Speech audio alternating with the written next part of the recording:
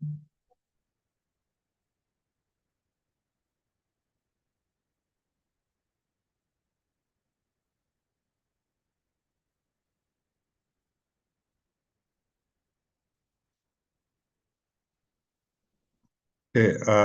good afternoon, colleagues. It's 3 o'clock, and on behalf of the Guild of Pediatricians in Private Practice, I want to welcome us to the July 2026 webinar. I will be standing in for Dr. Odushote, who is unavoidably absent. I'm sure he will join us later. He's currently conducting a medical student examination. We already have our presenter in the house. We also have our moderator in the house. So 1 or 2 housekeeping rules before we start.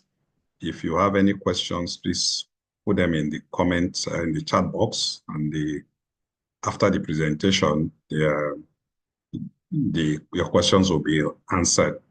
So just to set the ball rolling, I'll just say a few words. And I would like to say, distinguished colleagues, our facilitator and our presenter for today, Dr. Adetifa, members of the Guild of Pediatricians in Private Practice, invited guests, ladies and gentlemen. On behalf of the Executive Council of the Guild, I want to formally welcome you to our presentation for today, titled Diagnostic Literacy Masterclass, Beyond Malaria and Typhoid. Of course, as we know that as pediatricians in Nigeria, we encounter children whose illnesses are quickly attributed to malaria or typhoid malaria, some of us will have had over the years. While these diseases remain important public health concerns, many more serious childhood illnesses continue to be overlooked because of diagnostic assumptions. Today's webinar is therefore timely and highly relevant. It will challenge us to strengthen our clinical reasoning, embrace evidence-based diagnostic approaches, and improve the quality of care. We're therefore honored to have Dr. Adetifa with us.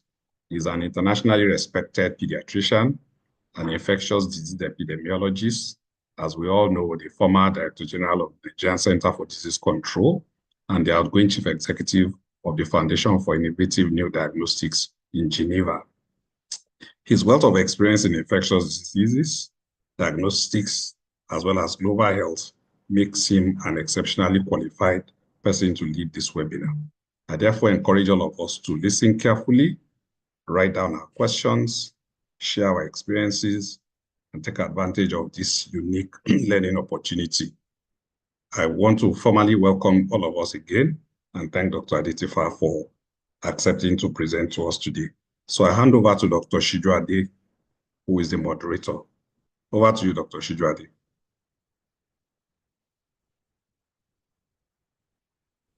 Thank you very much, Mr. Chairman. Without much ado, we'll go into the meat of today's meeting. But before then, I want to read the citation, the bio of our speaker for today, Dr. Ifedayo Adetifa. As been said earlier, he's the outgoing Chief Executive Officer of the Foundation of Innovative New Diagnostics, FIND, in Geneva, the world's leading non-profit exclusively focused on developing and delivering diagnostics for diseases that disproportionately burden low and middle-income countries. He's a Nigerian physician scientist, trained in pediatrics at the Lagos University Teaching Hospital, and he holds a fellowship of the West African College of Physicians in Pediatrics. He also holds master's and doctorate degrees in epidemiology from the London School of Hygiene and Tropical Medicine and the University of Amsterdam, and a fellowship of the Faculty of Public Health in the UK, Royal College of Physicians, awarded by distinction. He built his research career at LUTH, the Medical Research Council Unit, the Gambia, and the Kemri Wellcome Trust Research Foundation Program in Kilifi, Kenya, with a focus on pediatric HIV/AIDS, tuberculosis, vaccine-preventable diseases, pneumococcal and rotavirus vaccines impact, and emerging infections. He was also a professor of infectious disease epidemiology at the London School of Hygiene and Tropical Medicine. From 2021 to 2024, Dr. Adetifa served as Director General of the Nigerian Center for Disease Control and Prevention, NCDC, leading Nigeria's response to concurrent epidemics, including COVID-19, monkeypox, cholera, and Lassa fever, and strengthening national surveillance systems. He's a strong advocate for diagnostics-led and evidence-based practice He has served on the WHO Africa Region Immunization Technical Advisory Group and is a member of the Scientific Advisory Committee of the Coalition of Epidemic Preparedness Innovations, CEPI, and a commissioner on the Lancet Commission for 21st Century Global Health Threats. Ladies and gentlemen, please join me as we welcome Dr. Ifedayo Adetifa to take this teaching. Please let's note our questions. After this session, we have a question and answer session. So I welcome Dr. Adetifa. You have the floor, sir. Thank you very much, Dr. Sujadi, and it's a great pleasure to be here, to be asked to speak to such distinguished audience, and I'm grateful for the invitation from the Guild to have a slot to present. And of course, as expected, or as already mentioned, I think it's very clear why I chose the topic that we are going to be discussing today. Good evening or good day, everyone. I see a lot of distinguished pediatricians and many of my teachers and senior colleagues in the house as well. And it is a pleasure once more, even if virtually, to be in your company. So I'm just going to go straight to sharing my presentation if I can. And okay, I hope this can be seen in presentation mode. Yes. Okay, thank you very much. All right, so today I thought we would speak about something that I call diagnostics literacy. I don't think it's original, but I just think that, not enough is often being said about the use of the diagnostic tools that we, of course, encounter in our day-to-day practice, or that we have expectations of availability to be able to generate data that would inform clinical care, surveillance, or public health action, as the case may be.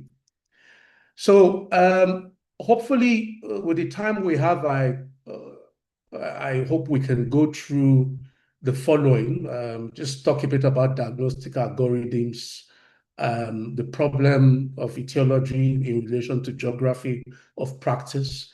It'd be remiss of me if I don't touch on tuberculosis, which is still remains a significant diagnostic conundrum for most pediatricians.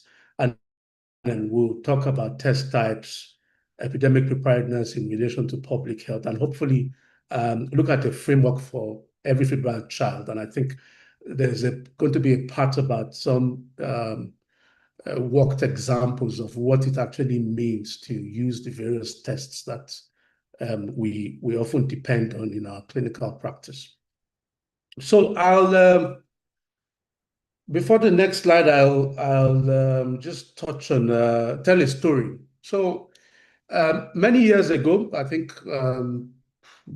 26 years ago or 22 years ago, I moved from Lut to the Gambia. And a few months after arriving, I developed a fever and the other symptoms that I have come to associate all my life with a diagnosis of malaria, and for which I've taken God knows how many courses of chloroquine treatment. So I developed these symptoms. I could have, as usual, I thought it was malaria, and I went off to the staff clinic to get a prescription. So I wasn't going to ask for a test. I wasn't going to ask. I just look, I feel the way I normally feel when I have malaria, and I would like a prescription. And the colleague, a consultant family physician who's back in Nigeria himself, he looked at me and said, Doc, you don't have malaria. And I said, no, I certainly do have malaria, because this is the way I feel when I have malaria. And he says, no, if we're for the time of the year and for the country that we're in,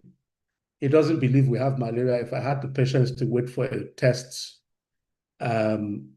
we would see what the true story is. And he offered, of course, to bet on our next month's pay. And me being the Jebu Ekiti that I am, I don't make bets on my salary, so I did it. But the short story is, test results come out in a few hours, and the test is negative for malaria.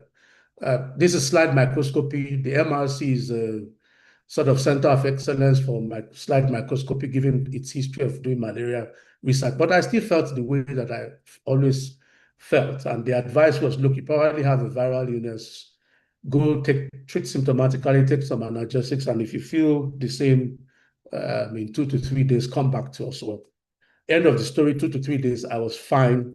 And for once in my life, I didn't suffer the usual side effects of chloroquine, which tends to actually make me sick for longer than the malaria normally would. So just to set the tone, so going straight to the presentation, I'd like to offer a few numbers. They're not cast in stone, but they're sort of to stimulate thought. In the acute febrile illness surveillance study that we did while I was at the NCDC, which is being worked up for publication, 39% of the etiology associated with patients recruited was West Nile virus. I'm sure people will say West Nile what? But it was West Nile virus. And as you find out later, very sensitive methods were used in that study. The next number is 26%, which is in another Nigerian acute febrile illness study. Etiology in 26% of cases, which is more than a quarter, was Rickettsia species. In another large study, also of acute febrile illness done by the CDC in Kenya, in over half of cases, no pathogens were detected. But as you would all agree with me, these were all sick patients presenting with fevers and other associated symptoms and signs. So this takes us to part one, is diagnostic algorithms, what they can do and cannot do.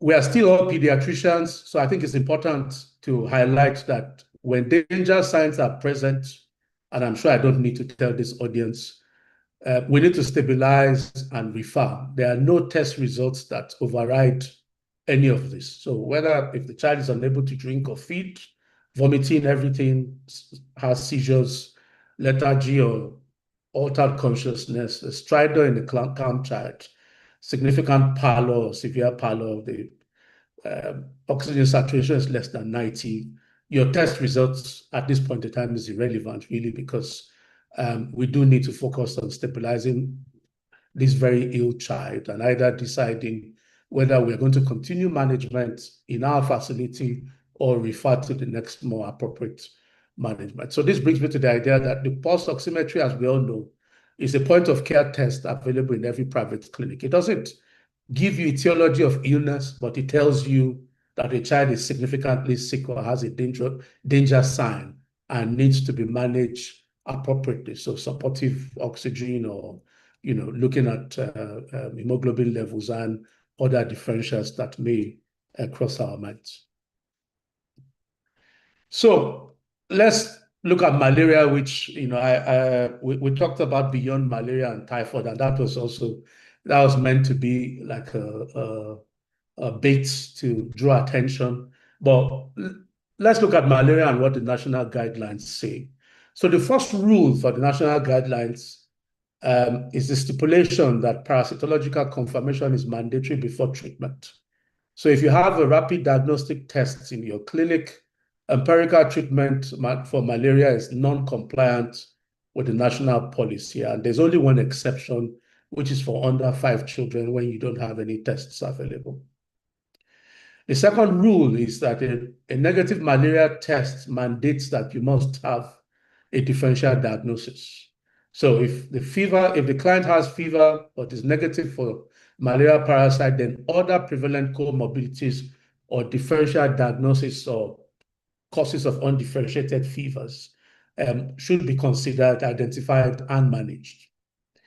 The third rule is even when there's a fever and you've got a positive RDT, is to remember that you can have false positives when there's a history of treatment, because the target antigen being tested for by this test can persist even after the parasites have died or have been cleared. So it's important when you see a recently treated child who represents with a fever, and verification by microscopy is recommended. For tuberculosis, we've got the pediatric scoring algorithm, and we'll find out why in the case of children, we need a scoring algorithm. So we need chest x-rays, or we need to look, if we don't have the opportunity to do chest x-ray, we need to look at these symptoms, and they are allocated various scores. So bottom line is, if you've got a child with cough or illness with a fever that is more than 2 weeks, you need to consider TB.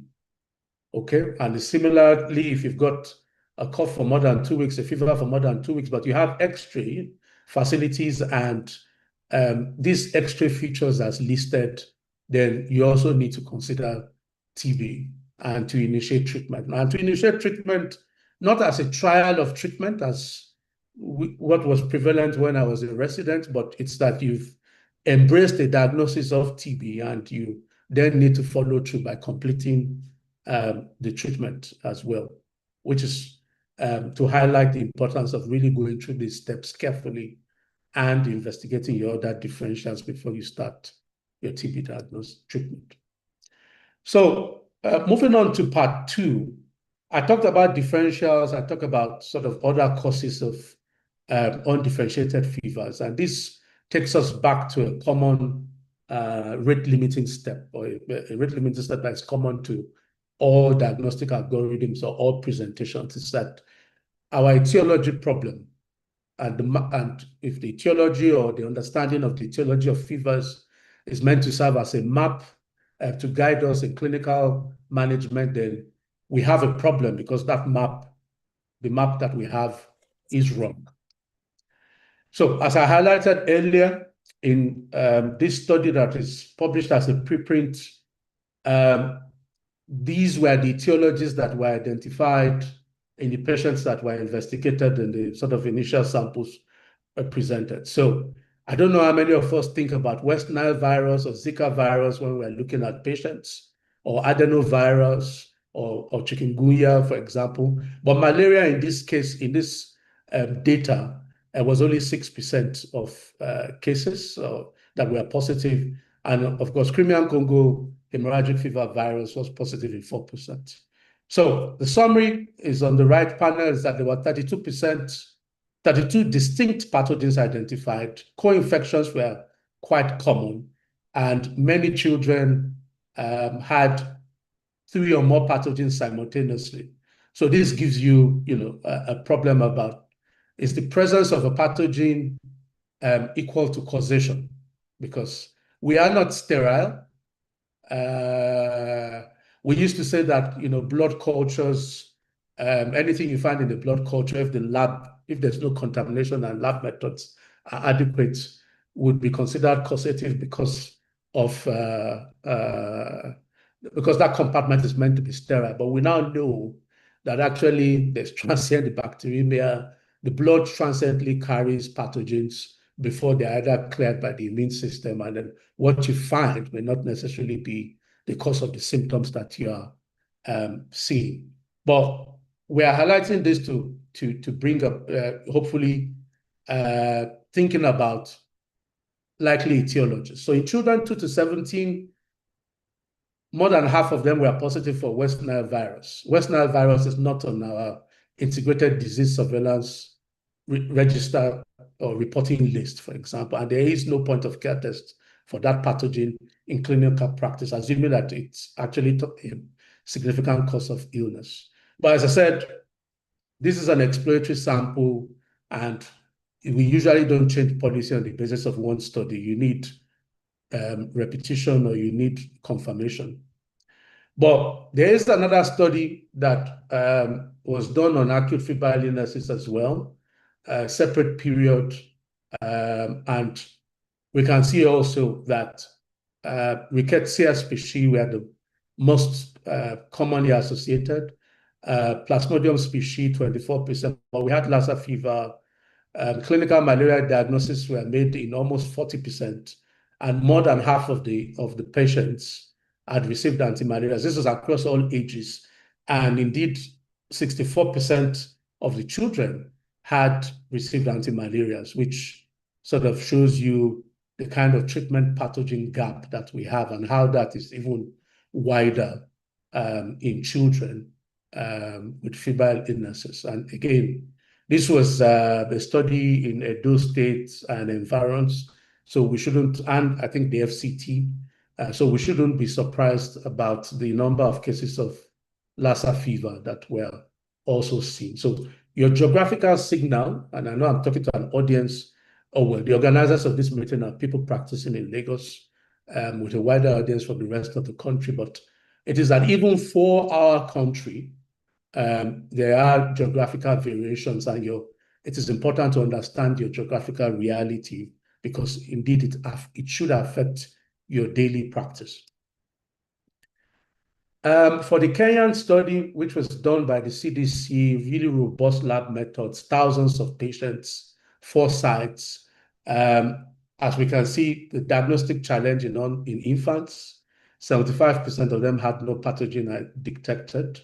Overall, 54% of undifferentiated fevers had no pathogens identified. The fact that there's no pathogen found does not mean that there's no illness, right?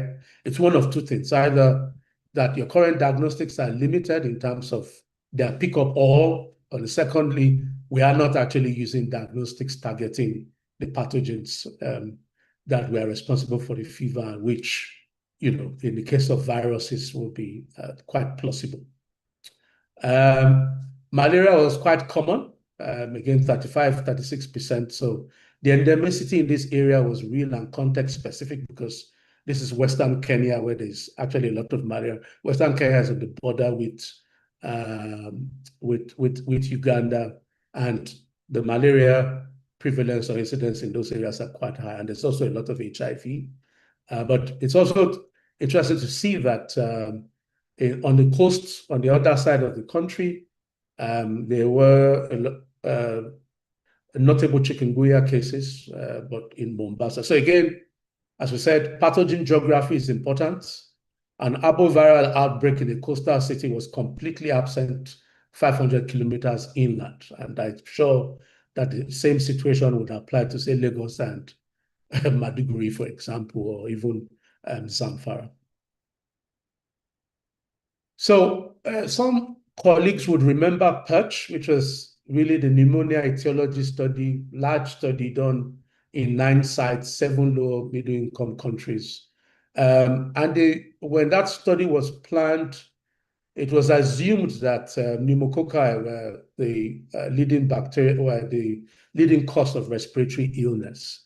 And what they actually found is that RSV was the dominant pathogen, with the largest attributable fraction across the Asian and African sites. And then there were other major viral causes, so human metapneumovirus, parainfluenza, influenza, but viruses collectively dominated all over bacterial etiology. The clinical implications were that RSV pneumonia and bacterial pneumonia were largely indistinguishable at the bedside. The WHO criterion for tachypnea has sensitivity for identifying respiratory illness, but does not identify the pathogen. And a child recovering from RSV who still gets an antibiotic does not validate that decision, because RSV itself, depending on the age, in older children, is self-limiting. Okay, but when you've got consolidation on X-ray, toxic appearance, very high CRP, effusion, these sort of tend to point more to bacterial signals as well. So if we look at these 4 studies at a glance, findings are variable, but all confirm that, look, malaria is only one part of the story. And in many series, in more than half of the cases, malaria actually is not the cause of illness. So, and there are also novel pathogens that may be found, or uncommon or less appreciated pathogens like rickettsia. And of course, we've got the West Nile virus as well. So what do they tell us? Clinical presumption of malaria substantially exceeds confirmed malaria wherever the data has been collected or have been collected. Viral causes of fevers and pneumonias are more common, but systematically underdetected by available tests. In majority of febrile cases, no pathogen is confirmed even with comprehensive testing. And as I said earlier, treatment pathogen mismatch is widest in children. We do need to take into account specificity for geography and, of course, for season. I mean, the seasonal bit is important in the personal story that I told, because in the Gambia, malaria is seasonal, and there are times of the year you can really swear that febrile illness is not due to malaria. So people may ask, okay, so what's the practical implication? We're not suggesting that people should have Tachman array cards for diagnostics everywhere they practice. We are saying that the malaria or typhoid binary, or the duoplex that people manage now, should be replaced with structured probability reasoning. Hold your diagnosis a bit longer, broaden your differential diagnosis explicitly, and then escalate based on the clinical trajectory, which I'm sure some or a lot of people already do, but it's important that we reiterate that message. Let's touch on tuberculosis briefly. A reminder, I mean, for a lot of us know already that pediatric TB is very different from adult TB because it's paucibacillary disease, which means that there's no bacterial load, especially in the under fives. And in the best case scenario, only 40% get bacteriological confirmation. So again, this means that most majority of pediatric TB cases are diagnosed clinically, and a negative test, therefore, will not exclude TB. The second bit is that the presentation is non-specific in children. It's in adults. Once you've got a cough that is 2 weeks or more, you've got weight loss and all of that, you literally can almost bet on TB. But this triad is not the same in young children. But in children, we need to watch out for failure to thrive, which was typically a very common sign when I was back home, and even in the Gambia when I looked after TB patients. So prolonged fever, on and off, not responding to typical treatments, the peripheral lymphadenopathy. The third domain here is that you then have a problem with specimen. In an adult, you go and cough up sputum. Children under 8 typically cannot produce sputum on demand, which creates the need for alternatives. What are the alternatives recommended nationally are stool, nasopharyngeal aspirate, and gastric aspirate. The challenge with the gastric aspirate, as we would all know, is that usually requires, to be properly done, requires overnight stay in hospital so that gastric aspirations can be done early in the morning. There are now near point of care tests for TB. A lot of them are subject of WHO's recent recommendation, and these are covered also in the National TB Program's recommendations. I think the important takeaway message here is for these early tests that are in the guidelines, they all have variable sensitivity, but in the best case scenario, this only approaches 70%, and stay less sensitive than for adults. The newer tests, the TrueNat, which is battery operated, and the TB lamp, which requires less of the central lab infrastructure, all have similar performance to the experts and can just be deployed closer to treatment, closer to patients. Some of the approaches are to combine different specimen types, but it's to note that if you've got a negative expert on a stool sample in a household contact, then you cannot exclude TB in that scenario. So for pediatricians, we've got to look at TB in 3 specific contexts. TB in children with severe acute malnutrition. It's not optional, it's mandatory that we have stool samples collected and tested for TB. In TB, presenting as pneumonia or on children who have not responded to antibiotics or have a TB contact history of had recurrent respiratory infections, then they should be assumed to have TB and be treated as such. Every child with HIV co-infection or every child that is with presumptive or confirmed TB must be tested for HIV. And all HIV-infected children, positive children, should be screened for TB at every clinical encounter as well. Of course, there's a bit about the contact information, contact investigation, which stipulates that all childhood contacts less than 5 of a TB confirmed index case should be screened and should start their TB preventive treatment without necessarily waiting for the results of a TST or IGRA. But at the last review, I think Nigeria was only achieving a 40% performance on that indicator. So we are leaving a lot of TB, children potentially with TB unprotected, or children who would develop TB in the future unprotected because we're not giving preventive treatment. Okay, so part 4 is if we match the test to the clinical question. We've had a lot about point of care tests, and we've got here about tests that are based in central laboratories. So these are some of the characteristics of point of care tests and what they are used for. Typically, the results come in about maximum of half an hour and can be available at the bedside. Their best function or contribution to clinical management is usually for binary immediate triage decisions. And we know them, RDTs, urine for LAM, pulse oximetry, blood glucose tests.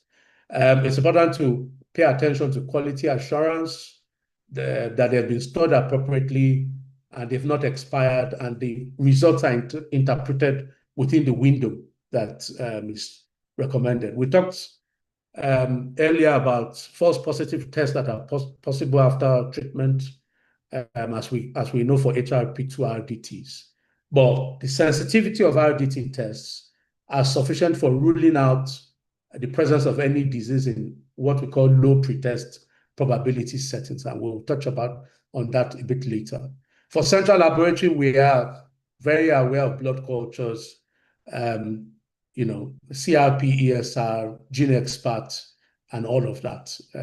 And what they need is, operators at a higher level of training and centralized laboratory structure, infrastructure to manage the equipment or the platforms that are used for those tests. So the diagnostic cascade is one that recommends that you have a point of care test at presentation to help you with immediate triage decisions. So at the minimum, you want a malaria RDT, you want oximetry, and you want glucose. And really, this is what we should have at every primary healthcare center, not even in pediatric practices where this can be considered secondary or tertiary. The second step is that you need to interpret your probability updates. If it's positive, it raises your estimate of of the probability of the patient having your differential. If it's negative on a very sensitive test, then it lowers that. But again, we are treating people. Your test results are not definitive. They must be read against your clinical picture. We must all apply our national algorithms. Sorry. Malaria, confirm. If it's not present, then please move on to the differentials. Same with TB. And of course, let's take note of notifiable diseases and notify them. Then there's a need in the cascade to escalate on trajectory. So, if you're managing as an outpatient, you must hopefully get to see the patient in 48 hours. Or if you've inpatient case, then you need to review and then to advance to the laboratory tier. Okay. And then there's safety nets and reporting. As is normally said, if it's not written down, it's not done. So please document your reasoning, not just the diagnosis. Tell the family what to watch for, and document that, because we know we are beginning to see more of litigation and various forms of headlines in the news about dissatisfaction by relatives of the way their patients have been managed, and the only defense we have is our documentation.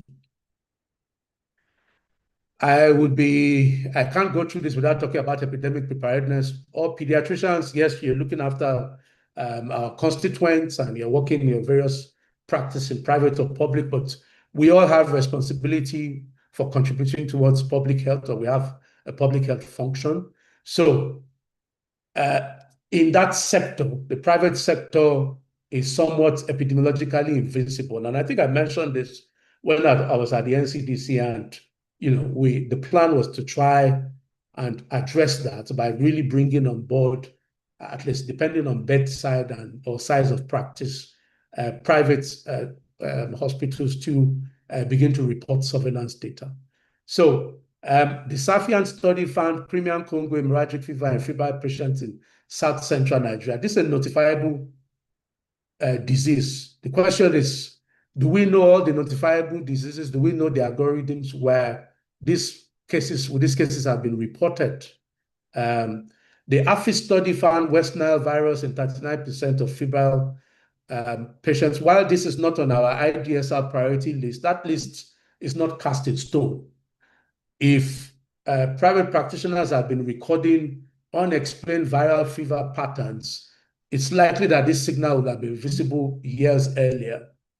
And for COVID, I think we all remember that I think private practitioners were already seeing unusual respiratory illnesses before even the public system had testing or a coordinated response.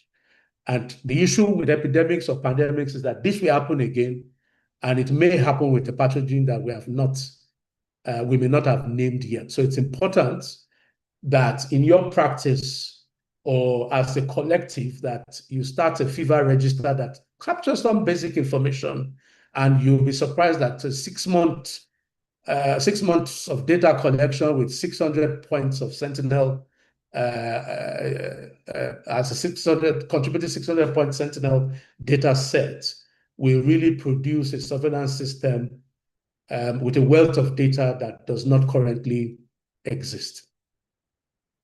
So you've got legal obligations. Every private practitioner really must report cases of designated notifiable ill diseases. I mean, we're not threatening punishments, but it's that if it's an outbreak, then you and your family members are just as risk as the population from which the case came from. A notifiable case definition is a diagnostic algorithm, and we need to learn to apply it. Contact investigation begins only when you report. So please report all of these illnesses as well. So in closing, for the first part of this study, I thought we'll look at 6 steps in a framework for every febrile charge. We talked about danger signs in one minute. All danger signs require only one intervention to stabilize and refer, or stabilize and potentially start definitive treatment, or the next implement the algorithm for treatment. And there are no test results that will override this, especially for the triage bit. When you do a test, I mean, a lot of practitioners assume that a test is yes or no. The answer is perfect. No, you've got to state your pretest probabilities that based on the age, based on the season, based on the vaccination status of the patient before you, HIV status, nutrition, the household contacts, what are the likely causes of this differential, undifferentiated fever ranked by your probability of illness. And then you need to do that ranking before you order any tests, because actually the ranking will also help you to order tests judiciously. You need to apply your geographical differential. And this is what I talked about, the map and the etiology data not being adequate in the various settings where we practice. Arboviral risk is structured by the vector. So that's why Lassa fever is largely geographically clustered, even if we are seeing spread across the country.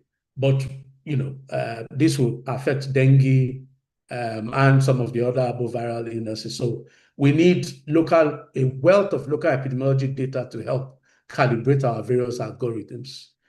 It's important that the tests that we select are done to influence management, not to appear to be doing something, which, yeah, it's important to show patients or our clients that we are doing something, but we need to think very clearly about what we do. When you get a positive test result, then you need to interpret that as a probability update to your the step in number 2. If it's negative, or if it's positive, all they do is raise or lower your probability, and they are not really as definitive as we think that they are as well. And of course, your safety net, document and please report to the state epidemiologist, report to the NCDC. It's important to report because there might be something going on that you do not know yet, and by reporting, you might actually get some useful information back, despite the difficulties that I know that people have encountered sometimes with this process. So I'm hoping that, it's Thursday, we're about to go into the weekend, but hopefully from Monday, we will implement these 3 things in our practice. And I'll be happy to follow up on discussions about a fever register, because it would mean that this guild will be implementing something that has the potential to have impact on clinical management of undifferentiated fevers in Lagos, either it's Lagos metropolis or the whole of the state, as the case may be, and then others in other parts of the country through PAN or through various groups can actually copy that as well. So there are some references here. I think I'll share the slides later.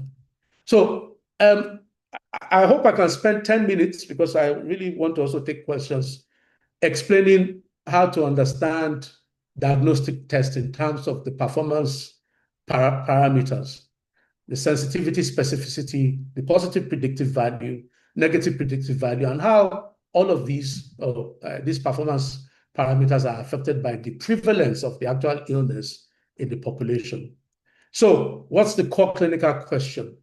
My patient tested positive. How likely is it that they truly have the disease?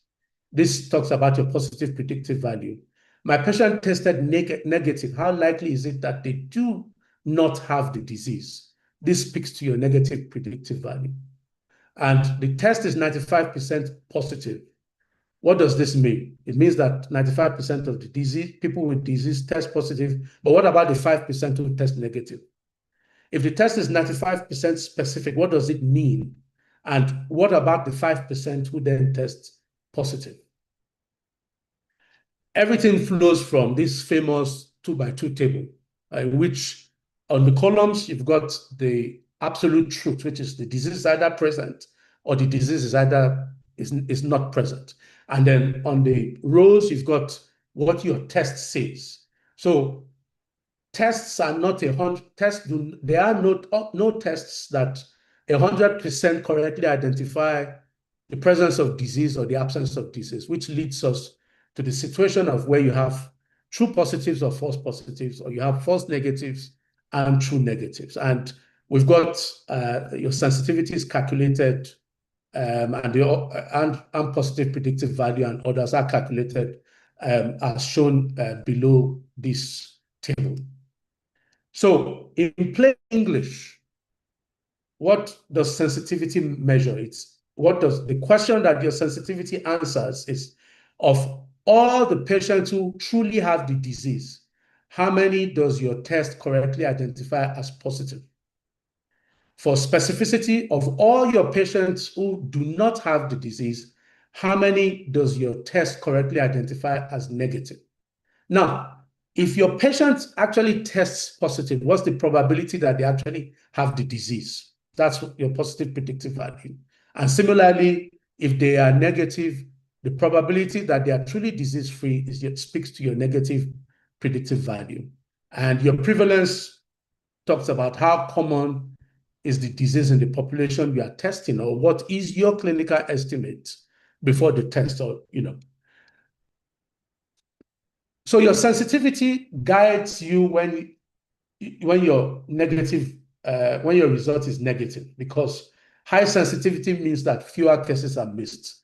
Just like your specificity will guide you when a positive result is obtained, because it means that there will be few false alarms. Your positive predictive value and negative predictive values all vary according to the prevalence of the disease in the population you are testing. So when you've got low risk populations, then this value falls.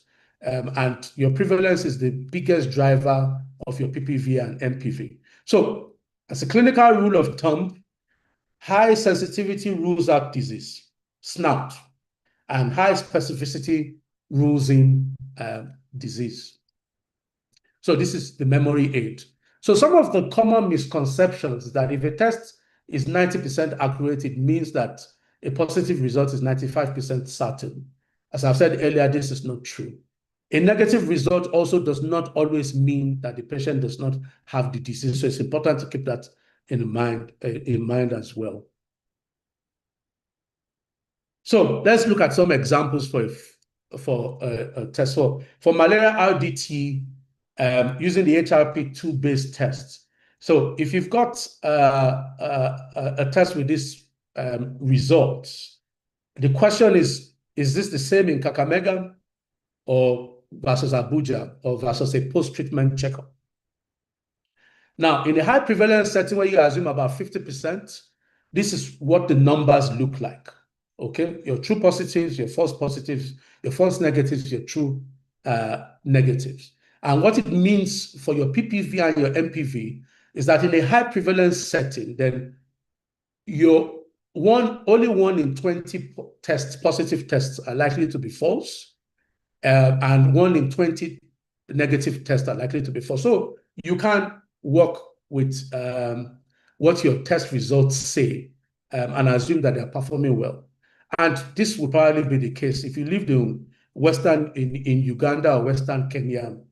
This can be taken for granted. But if you live in Kilifi, where I also lived for about a decade, this is not true because malaria is no longer as common as it used to be. Now, and this takes us to the low prevalence setting where for exactly the same number, you can now see that about a third of your tests will be positive tests will actually be false, and your negative test then will be very reliable if they are. So in low prevalence setting, and this is the whole question about the assumptions in your pre-test probability when you're ordering a test or the patient before you, what you think is top on your list of differentials is that in a low malaria prevalence setting, your positive malaria tests are not as useful as in higher prevalence setting, and you may need to do additional tests like microscopy for those who test positive. Now, if you, again, looking at the malaria RDT summary across prevalence settings, it's important to note that your test sensitivity and specificity do not change. What has changed here or is entirely responsible for the differences you can find here is your population. And since we all practice in different places, our populations apply, or population prevalence apply different levels to the interpretation of test results and to the clinical decisions that we have to make. So I think I'm going to stop here because I've done the same example using the stool test for TB. But I think it's important to be able to give an opportunity for questions. So I'll just go to the summary of what I'm trying to do. So when you put it all together, in terms of your reasoning at bedside and your clinical decision loop, is that whether we like it or not, we must estimate pre-test probability, and we do that by how we rank our differential diagnosis, even without realizing that. But your differential diagnosis or your best estimate of probability that the patient has the condition of interest or that you want to test for is based on these variables: age, exposure, history, your clinical examination, and prior test results. And then you need to select the right test for the question. For ruling out, you need a high sensitivity test. For ruling in, you need a high specificity test.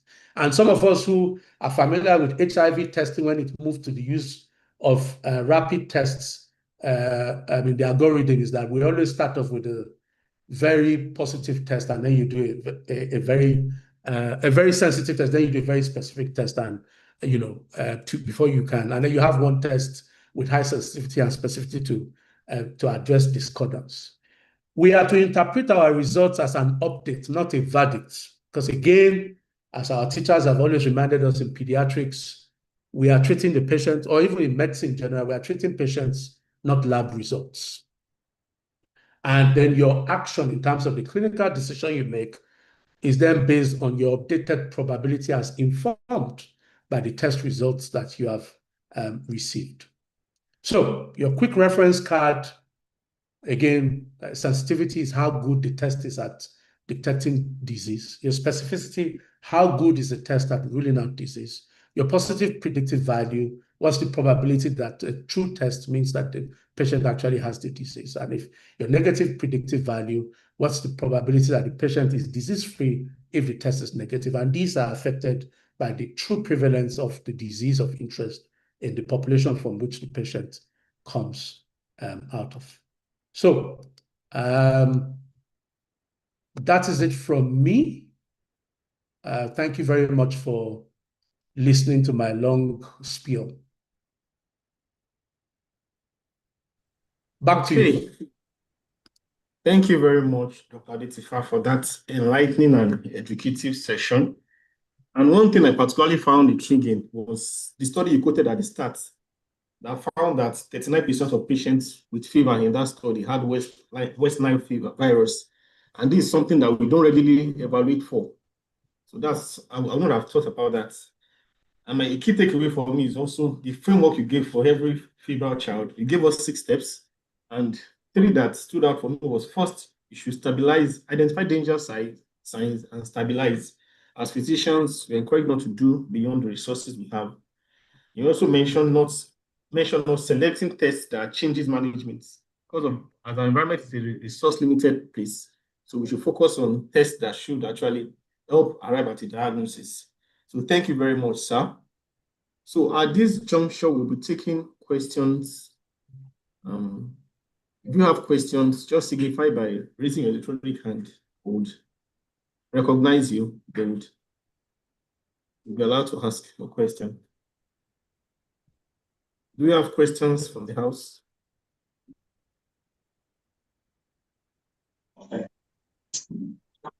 Yeah, Dio, go ahead. Yeah, good afternoon. Thank you very much, my namesake. Very insightful. Sorry, I joined late, but I joined and I got the last part of it. I think what I'm interested in, I know you're in diagnostics. Nigeria is a resource-poor country. How do we manufacture diagnostics in Nigeria? We've got the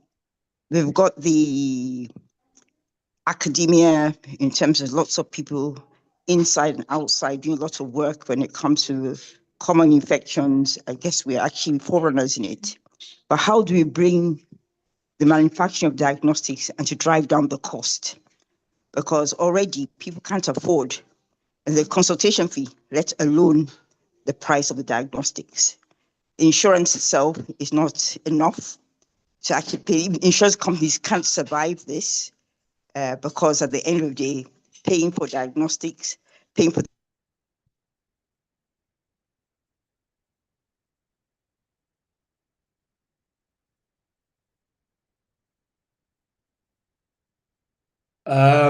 I think we caught the gist of the question from Dr. Ajayi. Well, the short answer really is that we must consultation fee and the affordability of the patients to pay is a problem. Hello, did you hear me? Yes, I did. Okay. So the short answer, because of time, is that we have to manufacture diagnostics domestically. It's the only way to bring down costs. We have to look inward to develop tests that actually are priority for the diseases that we have, because again, the larger global diagnostic market is driven by diseases that are not necessarily those that we suffer from. And then there's an entire ecosystem from sort of discovery, R&D, all the way to access. And the entire ecosystem needs approach.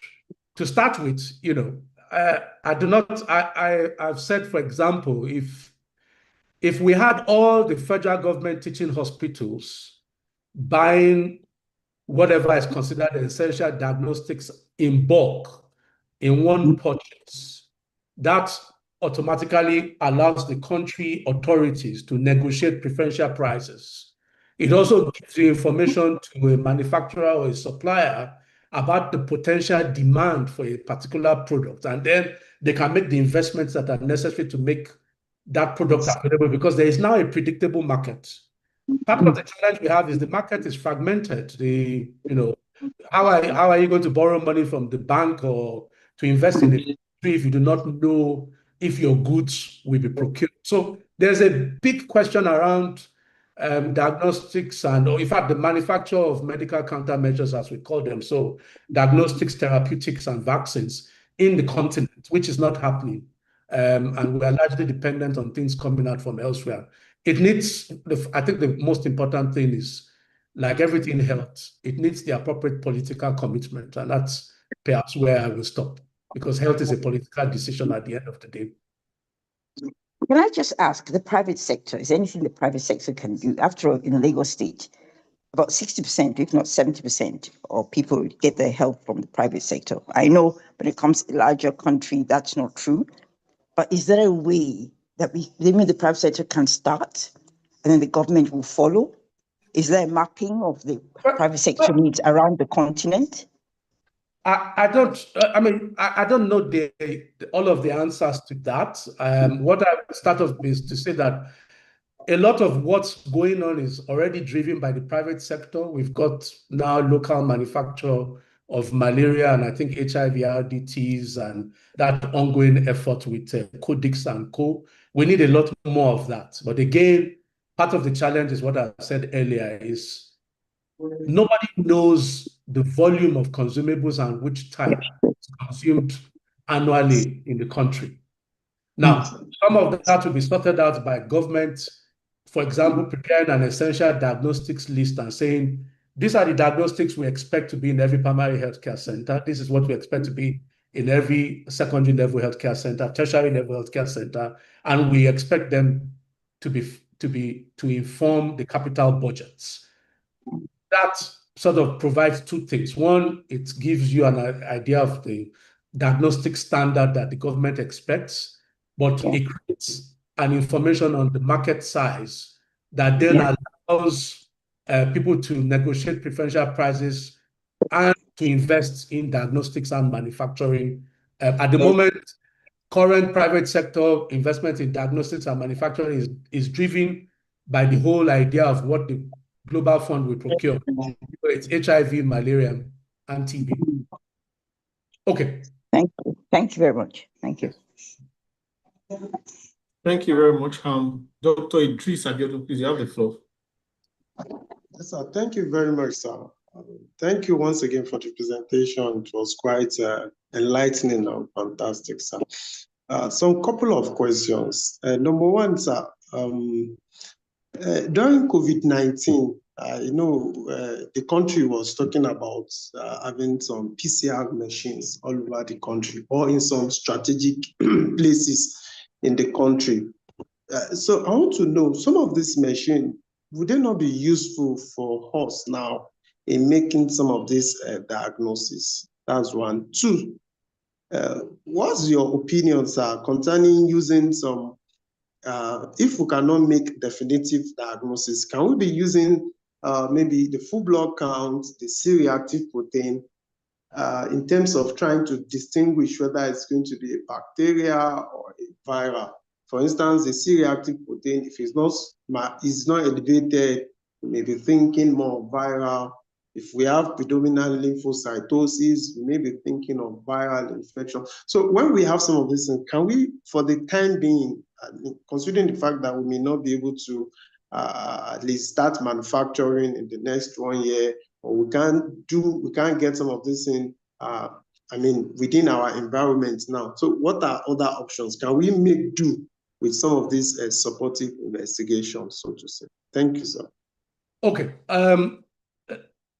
Again, and I think this is probably the biggest shift in mindset that I hope that we will achieve at the end of this. Our test results, despite what we've always assumed over time, are not perfect yes/no answers. So it's the same thing with your biomarkers are even worse. The CRP and all of those things, they can help. And as I said, they help update your assumptions about the probability of the illness or the diagnosis you want to manage. They do not, in relation to the patient that you are looking at, but they do not always divide into a clear yes/no answer. And this is why you cannot treat test results. You have to treat the patient in front of you using the full wealth of information that you have now gathered from your, the whole clinical and history taking and the various contributions that the test results or the tests you have done have contributed to your assumptions around probability. And it's important that we do have to work towards using and following, standard procedures in our various practices, so that when something doesn't go according to plan, then you have clear criteria for where you are escalating to or what you are shifting to. And this is something that I have often missed significantly in the way we practice in the past. It's that, if you go to some of the other places, the world literally has binders for different protocols, both for the things that are clear and unclear, and they help you to walk through the process based on the best evidence that is available to decide what to do and to document appropriately. You are going to get some wrong, but ultimately you will find the majority that follow the path will be dealt with, and then those that depart from the normal, you can then begin to look at what else may be present. All right, thank you very much, sir, for the response. Do we have further questions in the house? There's a question in the chat box. I'll read it out to you, sir. Okay. Okay, so question is from Dr. Mochala. It says, sir, how possible is it to start doing viral tests as a part of our routine practice in Nigeria? It is possible. I'm sorry, there's a part of the question earlier about PCR machines and all of that. I mean, our expectation was that, the PCR labs or molecular biology labs in our various hospitals, although they were put in place because of COVID, that those platforms will now begin to serve clinical decision or clinical management for other conditions.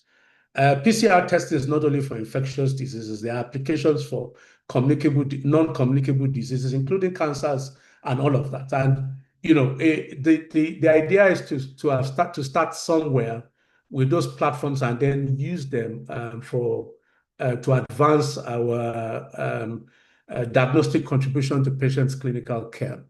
And this now includes, look, viruses are a major cause of disease, and we need to begin to look at them increasingly.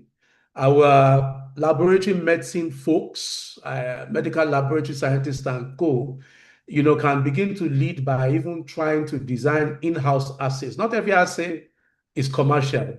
Not every assay, for example, that the US CDC makes available in the context of outbreaks are commercial. They are assays they developed, and a lot of times they get it right, but we also remember that one of the early generations of COVID assays that was developed by the US CDC didn't do well and actually missed a lot of cases. And I mean, this caused quite a bit of furore, but this happens, as well. But we need to be looking to solve our own problems and to, harness to the task every expertise, everybody who says that laboratory medicine experts or medical laboratory scientists or microbiologists, or, from everybody has a role to contribute. And we need, as clinicians, to make the demand of them, and to hopefully, with the kind of surveillance that I suggested, create the data that drives that demand. Because once that's presented to the Ministry of Health in Lagos, for example, then they have to act to try and see, okay, do we need some new tests?